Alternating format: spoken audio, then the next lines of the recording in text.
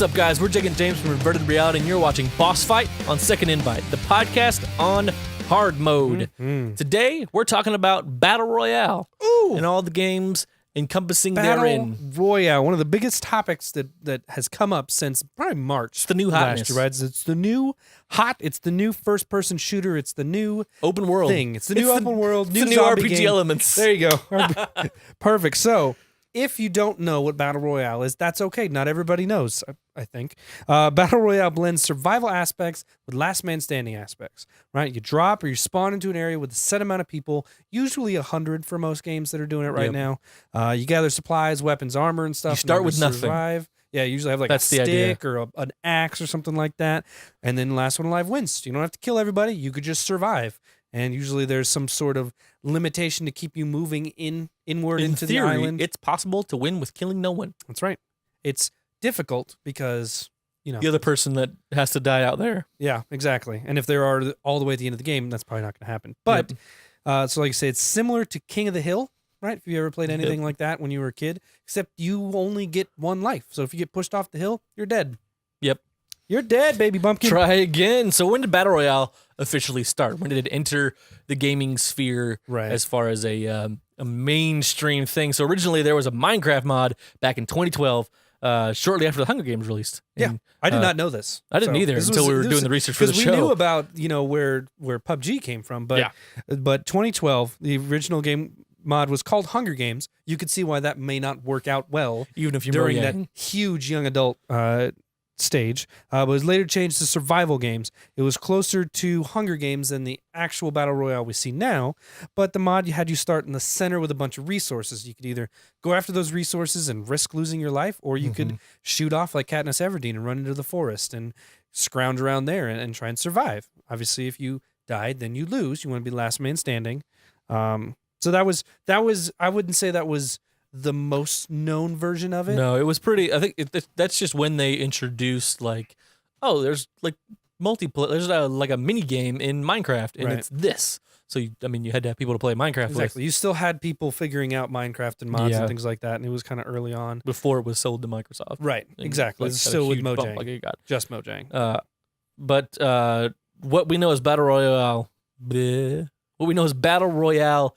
Now, the PUBG mode we know now came from DayZ in 2013. So it was developed by Brendan Green, who is Player Unknown. Made this as a mod for DayZ, and I believe he called it King of the Kill. Or was that that comes a little bit later. That comes later. I don't remember I don't know if they had a specific name, but they probably did. But it was actually based on the 2000 Japanese movie called Battle Royale. So shocker. Who knew? Shocker there. But it's the game mode that we already know about, right? You're transported to an island. Goal was to be the last man standing through whatever means necessary. The mod was then updated for Arma 3, and then after that, he consulted for H1Z1 for King of the Kill. It was based off of his mode, and then he decided to strike out on his own, joined Bluehole as a creative developer, and worked on PUBG for a couple of years. Released in early access. PUBG Corp. In March 2017 on Steam. To wild fan fervor. Everybody loved it. It went nuts. Does have the most concurrent second most concurrent players on Steam, I believe. So. Yeah, and it's had just behind Dota 2. Yeah, I was gonna say it did. There's been times where it's past CSGO. Dota 2, or I think it's Dota. Whoever's on top, it's right behind them. Yeah, but so it's passed them before. Yeah, it's kind of going back and forth, but it's right up there. It's never been a free game, so that's part of our rub with it. But fun fact about PUBG, in October 2017, it's a unique I understand fact. what you mean, yes. But so the Chinese government actually discouraged its citizens from playing Battle Royale games as they deemed them too violent, which deviates from the values of socialism and deemed them harmful to young consumers. So PUBG partnered with Tencent, which we talked about on our podcast. They partnered with them a month later to publish the game in China and make changes to the game to make sure they accord with socialist core values, Chinese traditional culture, and morale rules. Most socialist game development I've ever heard in my life. Never heard that before. That's just interesting. Tencent, you may remember, is the one that worked on PUBG Mobile, which is currently out in China. So it's interesting. So when we look at Battle Royale in general, you kind of know what it is. everyone's got their variants of it, right? PUBG like exploded in popularity. No and all one of a thought it was sudden gonna be that big. everyone else came up with battle royale modes out of nowhere. Right, we're talking like millions of concurrent players within a span of a couple months. And it's never gone down from there, right? So, like I said, they came out in March 2017. That's the original. We've got just a few logos up here. There's more coming out. Some games that were like either Kickstarter backed or adding on modes because they see the money in it. But so Paladins is actually working on now. Yeah, Paladins is unique because it's a MOBA. So you would think, oh, that doesn't really sound like it would translate to Battle Royale. That's because it probably won't. But that's okay because they're calling it also mobile, so it's not that popular. Paladins Battlegrounds.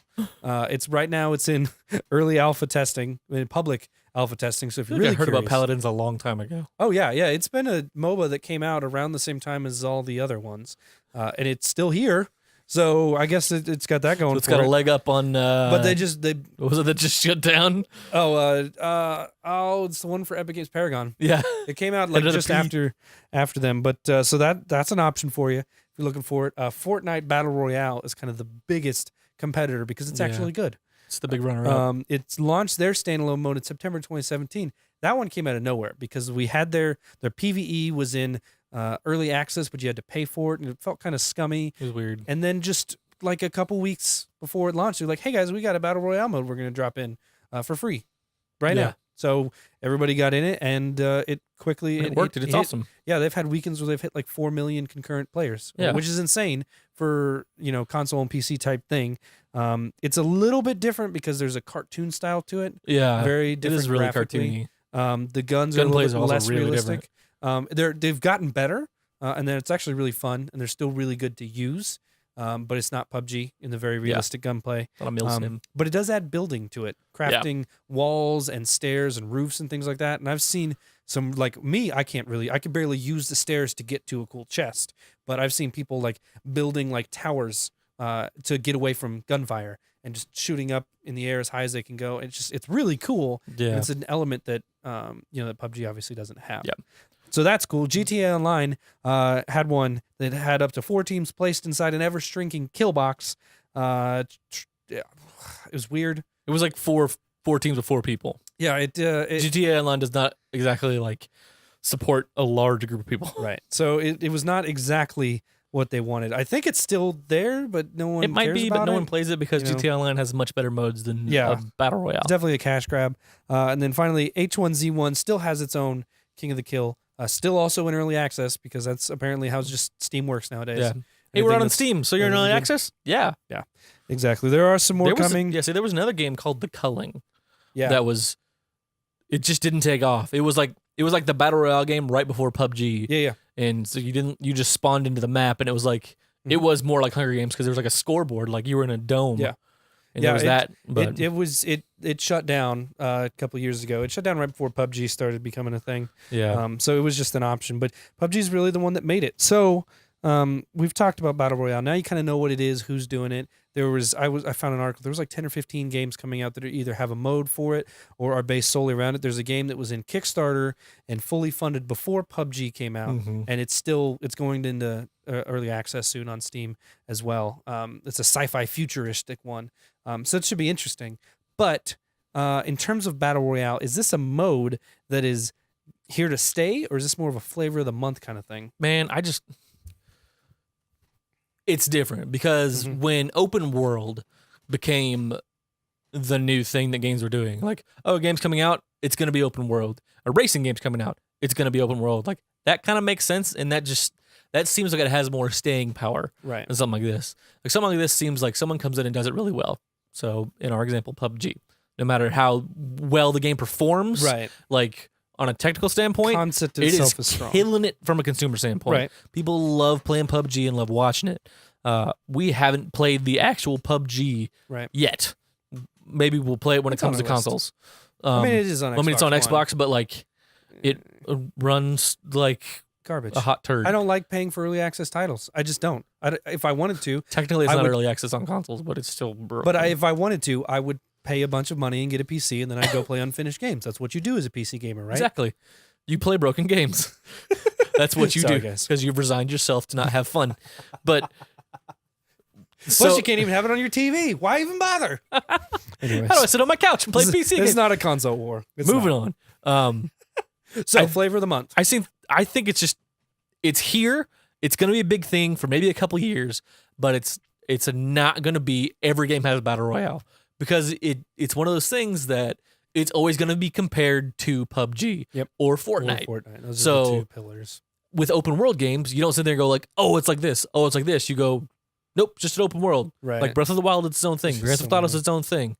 Like, yeah, I mean, you'll occasionally have people harken back to like, oh, is it like Skyrim open world? And there's like a couple pillars of that. But sorry, Skyrim, Bethesda's just another like studio that puts out constantly buggy games. So. Right. Yeah, I mean, I think it's I would say it's not quite a flavor of the month. It's like somewhere in between. It's because I don't think it's enough to justify an entire game for it. I just don't. That's the thing. I think it needs to be you have your game and you have your normal stuff for it, and then you have a battle royale mode if you want to do it. I just don't see it as a full-fledged $60 game for the next couple years. Like I just don't see that functioning well. Like PUBG, sure, it's making money hand over fist, and it's like $40 at launch, whatever you want to call their launches. And PUBG is getting ready to launch a third map with a fourth one on the horizon. Yeah, which is great. I think that's what you need in it. But at some point, it is one style of gameplay. You drop in, you run to center, you kill, or you die. Like that's the game. Yeah. And I just feel like it's too shallow for that to be a consistent thing that we see for years to come as a standalone game. I think it could be as performance and stuff increases with better consoles and better PCs and better technology, we could see like a Call of Duty throwing in a Battle Royale game mode, or Battlefield 1 maybe never doing Battle Royale because they can't even seem to figure out 40 players on console. But it's one of those things that I think fits better as a game mode. Like with Fortnite, okay, they have their PvE section, right? And then they got their PvP Battle Royale. I think that's a good fit there because it's not the only thing you're doing in it. And people are playing it now, right? And that's great, but are they going to be playing it in 6 months? Are they going to be playing it in a year? PUBG kind of, sort of, yeah, they are, but is that just new people coming in? How many people have been playing it every day since then? Maybe we aren't playing it enough to really get a grasp on it, but I don't think it can support a standalone game for years to come. I think there'll be people that try it. I think there'll be one in every genre, right? There'll be a sci-fi one that's really good. There'll be an old West one that'll be really good. There'll be a modern day one that'll be really good. And then you might have a couple fringe ones, but that'll be it, right? You're not just going to have Battle Royale after Battle Royale and have them work like open worlds do with Skyrim or Witcher or Horizon Zero Dawn or Nier Automata or a ton of them that all have their own niche. I don't think Battle Royale is big enough to sustain that. I can see Battle Royale modes. Let's just say I can see PUBG going the way of like a Dota or a CSGO, to where it's not like you know those names when you hear them, but you know only certain people play them. You know that's kind of like relegated. Like it's always just like super popular game, but it's just become this thing that's been popular and always will be popular with that audience, and that's it. Not necessarily like new games coming out. You don't jump in like you and I don't jump in and start playing Counter-Strike. No. You and I don't jump and start playing Dota. Like the people that do that, that's what they play, and that's all they play. Right. Like true. I could see PUBG being that, and it's just like the top 3 games on Steam are going to be CS:GO, PUBG, and Dota 2. Yeah, that's it. And it just kind of has become that thing, almost like games as a service. Yeah, almost like that. But I wonder when it becomes an actual like fully functioning game and not like a jank pile. Like, does this have a place in esports? PUBG is a jank pile. I want that quote to be. I want that on the box. It's like, oh, how'd you guys get famous? PUBG is a jank pile. Jake. Inverted reality. Some a-hole on the internet said my game sucks. All right, well, go ahead and say your question because I was setting that up. When it works, do you see PUBG holding a place in the esports world? I mean, it could, but because it's very much skill based. I almost seen Fortnite more so because of the variety of which you can win, the variety of things you can do in the game. Granted, they don't have vehicles, but it doesn't take much to make a. I say it doesn't take much, but you can make a bigger map and add in vehicles. But with PUBG, the way to win is get to the center and kill people. With Fortnite, it's like you have to get to the center, but you could build a tower, you could build a wall, you could hunt people, you could hide in a bush, you can do a ton of different things to evade your enemy. Maybe I'm simplifying it a bit too much, but I think I think Fortnite almost has a better objective of that, because at some point I'm going to get tired of watching PUBG, people winning the same way. I'm hiding in that sniper window. I'm going to shoot that guy no matter what angle he's coming from. Whereas in Fortnite, these guys got in a tower building standoff, and this person made it into a pitchfork and then broke down their own wall and shot a rocket at the base of this thing. And then the whole thing fell down because it has destructible environments or something. Like, that's an entertainment side of things that I don't think PUBG has the longevity for. I think Fortnite does. The way that they continue to push out weekly updates and adding new features all the time. They're already on version 3.0 of Battle Royale, and the game's been out since September. Yep. So I see them being more active because they understand how to put a game out and have millions of people playing it, have it not be a buggy mess. They just put out a 60 frame per second lock. So if you want 60 frames and you're not super worried about the resolution changing or things shifting up a bit, you can lock it in at 60 frames on a regular PS4. Meanwhile, PUBG can barely get a 6 frame per second lock.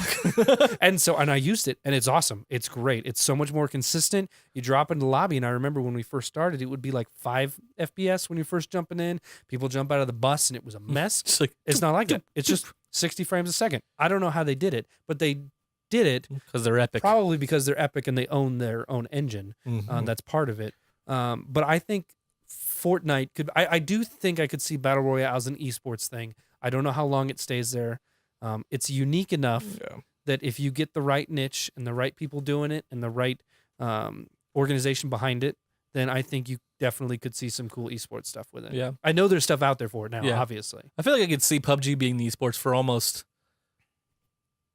and maybe I've got this wrong. Maybe for almost the opposite reasons because it's the same, and so it's like who takes the advantage first, like because they just had recently up in Montreal they had a big Rainbow Six Siege tournament, and so those are the same maps. You go in, you win the same way. You're like, okay, the hostage is in here, and they barricade the walls this way. Right. Not a ton of variance to that game as far as I understand it, and so I could see PUBG being that same way. Be like, okay, the circle's shrinking to this building.